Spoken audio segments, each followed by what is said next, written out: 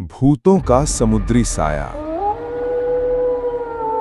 नाव यात्रा की डरावनी कहानी। 10 मिनट की भयानक और रहस्यमयी घटना। स्थान बरसात का आखिरी दौर था। गांव के पास की नदी उफान पर थी। 4 दोस्त राना, शोभन, मिन्हाज और शाकिल ने तय किया कि चांदनी रात में नाव से नदी की सैर पर निकलेंगे। नदी के उस पार एक पुराना जर्जर घर था जहां कभी डाकू रहा करते थे। कहा जाता था वो घर और नदी का वो इलाका शापित है। लेकिन दोस्तों ने हंसते हुए इन बातों को नजरअंदाज कर दिया। उनका कहना था भूत वूत कुछ नहीं होता। रात 11 बजे चारों दोस्त एक नाव लेकर नदी में उतर पड़े। ठंडी हवा बह रही थी। चारों ओर सन्नाटा। पेड़ों के बीच से चांद की रोशनी पानी पर पड़ रही थी। नाव धीरे धीरे बह रही थी।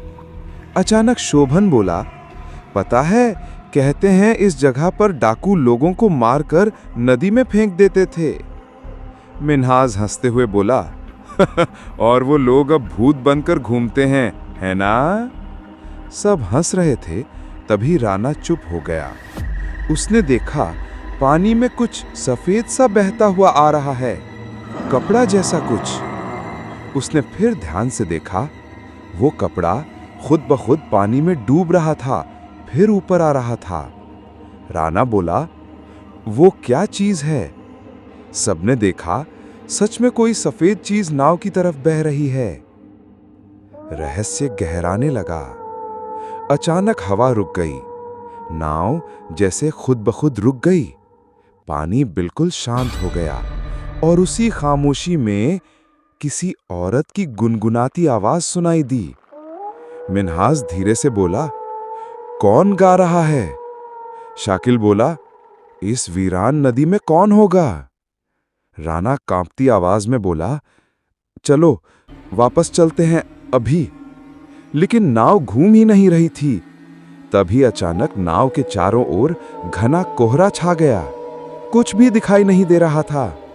फिर नाव के नीचे से कुछ टकराया, जैसे कोई उसे नीचे से धक्का दे रहा हो। चारों चौंक कर खड़े हो गए। टॉर्च से नीचे देखा, कुछ नहीं था। लेकिन फिर वही आवाज, लौट जाओ, लौट जाओ। वो आवाज चारों तरफ से आ रही थी। एक औरत की डरावनी फुसफुसाती आवाज। भूत का प्रकट होना। नाव के एक किनारे से ऊपर आया एक भीगा हुआ हाथ, हड्डी जैसा, चमड़ी से रहित सफेद सफेद उंगलियां।